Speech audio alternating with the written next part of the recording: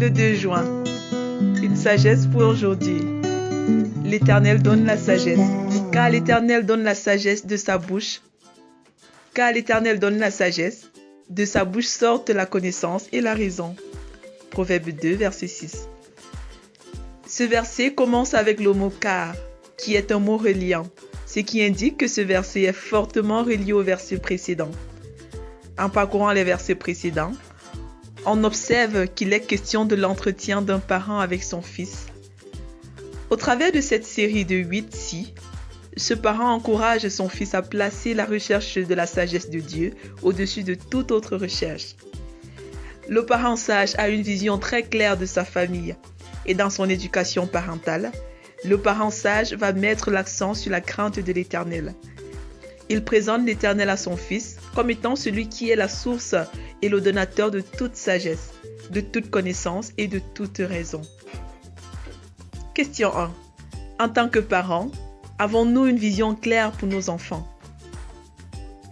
Question 2. Où conduisons-nous les enfants que Dieu nous a donnés dans sa grâce? Question 3. Sommes-nous intentionnels par rapport aux valeurs que nous voulons communiquer à nos enfants? Et enfin 4. Quelles sont les valeurs que nous avons nous-mêmes reçues tout au long de notre développement personnel en famille ou non? Notez bien, le plus grand et précieux héritage que les parents sages laissent à leurs enfants, c'est la connaissance et la crainte de Dieu. Que nous soyons parents seuls ou parents en couple, Dieu est le même pour tous. Il agit dans la mesure de l'espace que chaque parent décide de lui concéder. Jésus dit: laissez venir à moi les petits-enfants et ne les en empêchez pas, car le royaume de Dieu est pour leurs pareils.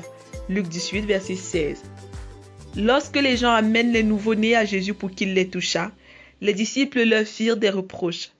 C'est alors que Jésus leur donna la recommandation de laisser venir à lui les petits-enfants et de ne pas les en empêcher.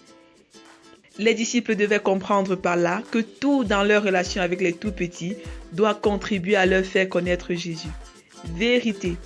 La volonté de Dieu, c'est que chaque famille soit une famille de disciples, depuis les parents jusqu'aux enfants. Application. Où suis-je dans ma relation avec Jésus?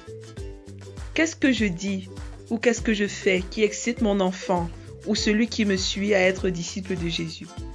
Promesse. Tous tes fils seront disciples de l'Éternel et grande sera la postérité de tes fils. Ésaïe 54, verset 13. Prions ensemble. Père, fais-moi grandir dans ma relation avec toi. Fais que tout ce que je dis ou tout ce que je fais puisse inciter mes enfants